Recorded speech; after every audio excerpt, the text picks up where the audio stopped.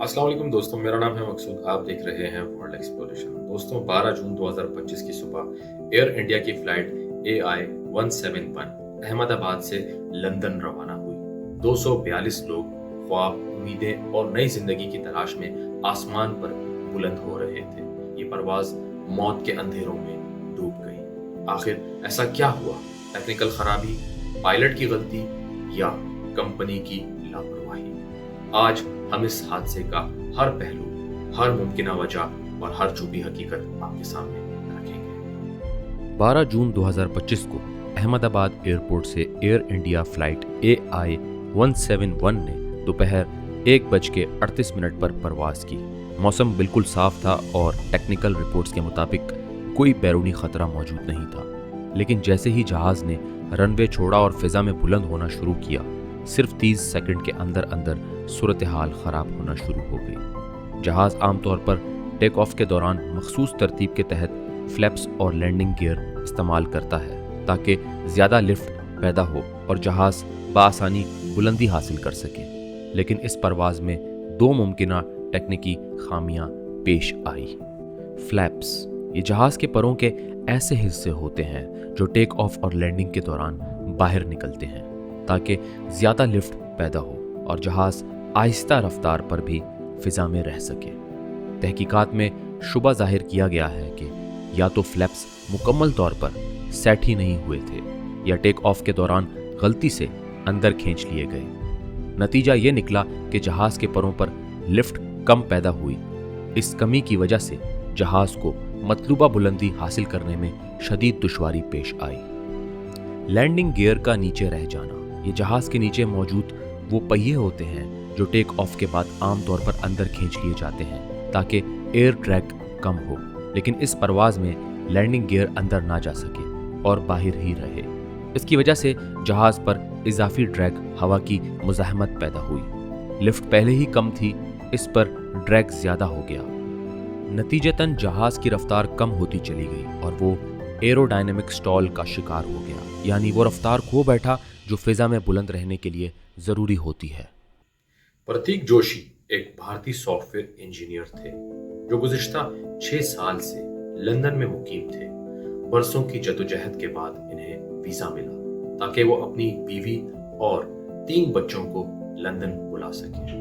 वो अपनी फैमिली को मुस्तकिल तौर पर लंदन में अपने साथ नई जिंदगी शुरू करने के लिए ला रहे थे। इनके लिए ये सिर्फ एक परवाज नहीं बल्कि बरसों के ख्वाबों की ताबीर थी। फ्लाइट AI 171 इनका रीयूनियन सफर था, मगर बदकिस्मती से ये इनका आखिरी सफर साबित हुआ। रवानगी से पहले उन्होंने अपने अजीजों को खुशी भरी आखिरी खानदानी तस्वीर भेजी जो अब सिर्फ एक यादगार बन चुकी है। ये कहानी सिर्फ एक खानदान की नहीं बल्कि हर उस ख्वाब की अलामत है जो लोग बेहतर जिंदगी की तलाश में देखते हैं। जब जहाज के परों पर लिफ्ट कम हो जाती है और रफ्तार भी कम रहती है तो जहाज स्टॉल में चला जाता है। स्टॉल का मतलब है कि जहाज मजीद बुलंद नहीं हो सकता और फिजा में अपनी गिरफ्त खो बैठता है। यही AI 171 के साथ हुआ। ज़्यादा से ज़्यादा सिर्फ 625 फीट की बुलंदी तक पहुंच पाया। इसके बाद इसने नीचे गिरना शुरू कर दिया। ज़मीन से टकराकर खौफनाक हादसा पेश आया। इब्तिदाई रिपोर्ट्स में इंजन फेलियर की कोई तस्दीक नहीं मिली।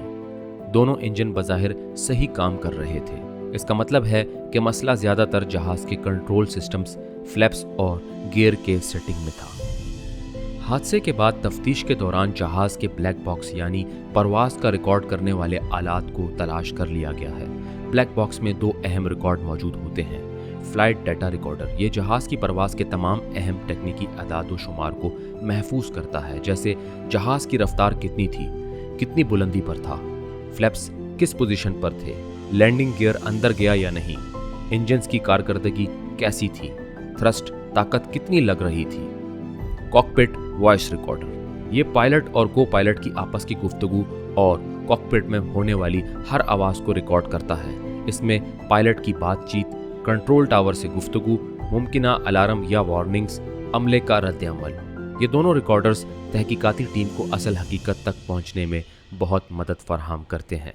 ان کی مدد سے یہ مکمل طور پر معلوم ہو جائے گا کہ حادثے کے وقت جہاز کے سسٹمز کی اصل حالت کیا تھی، پائلٹ نے کیا فیصلہ کیا، کس وقت کیا خرابی آئی، کس قسم کی تکنیکی خرابی، انسانی غلطی یا کسی اور وجہ نے حادثہ پیدا کیا۔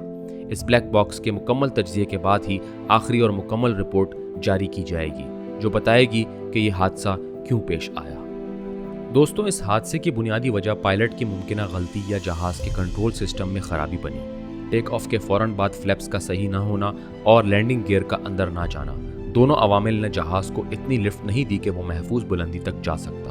اس کا نتیجہ ہوا کہ صرف 30 سیکنڈ کے اندر اندر جہاز کنٹرول کھو بیٹھا اور کریش ہو گیا۔ نوٹ: یہ تفصیلات ابتدائی تحقیقات پر مبنی ہیں، بلیک باکس کا مکمل ڈیٹا آنے کے بعد مزید حتمی رپورٹ سامنے آئے گی۔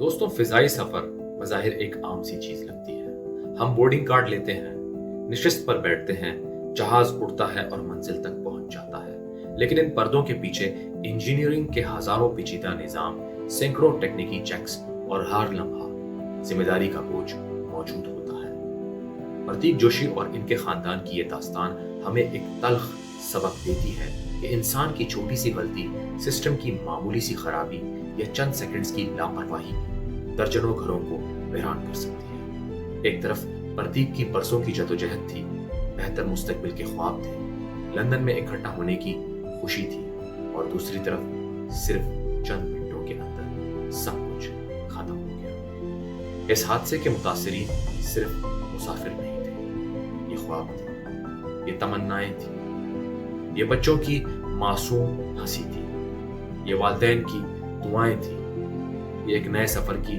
خوشی تھی، لیکن بدقسمتی سے وہ سب آسمان میں کہیں بکھر گئے۔ ہر ایسا حادثہ ہمیں یاد دلاتا ہے کہ چاہے ہم کسی بھی شعبے میں ہوں، ہماری ذرا سی بھی لاپرواہی کسی کے لیے قیامت بن سکتی ہے۔ چاہے وہ انجینئر ہو، مینٹیننس ٹیکنیشین ہو، پائلٹ ہو یا ریگولیٹری ادارہ، ہر کسی کی ذمہ داری ہر لمحے جاگتی رہنی چاہیے۔ ملتے ہیں اگلی ویڈیو میں، تب تک کے لیے اپنا خیال رکھیے۔